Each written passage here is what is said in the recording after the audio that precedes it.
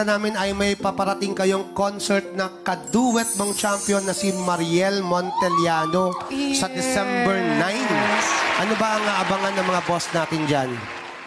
Ayan, syempre more kantahan, ayan, no? And may mga pa-surprise din po ng konti. Alam mo, ang daming kinikilig sa inyo ni Mariel. Ay, salamat po. Thank you. Alam mo, isa na ako dyan, Kuya Yani. Kaya kanina, tinatanong niya ako kung ano yung sinasabi ko. Nung nag-OBB, tas nandun siya sa likod, hinahanap ko si Mariel.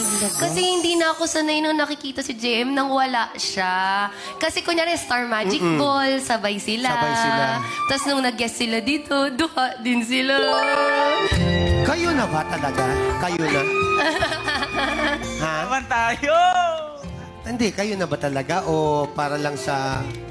Wag. Ay, sabi niya, Kuya Bayani, wag. Wag mong itanong. Uy, pero meron akong sasabihin. Alam nyo, dati tinanong namin sila, ang bilis nilang sumagot, hindi, ngayon. Kuya Bayani, wag. Kuya Yani, alam ko yung mga ganito. Totoo. Sa tindi ng pagmamahalan nyo from 1 to 10, nasaan na kayo ni Mariel JM? Ha? Siguro po, bigyan na sa 10, syempre. Oy! Yes! 10! Yes! Marami na naman kikiligin dyan. Ikaw ba habang magkasama si JM at Mariel, kinikilig ka rin? Opo, sobra. Hindi mo, baka Raven, baka naman napapasabi ka rin ng sana all. Sana all nga po talaga.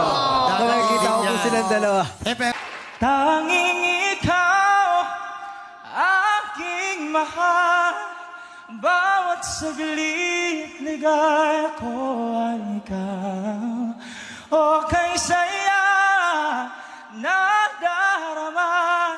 Ang iibigin ko'y ikaw lang sinta.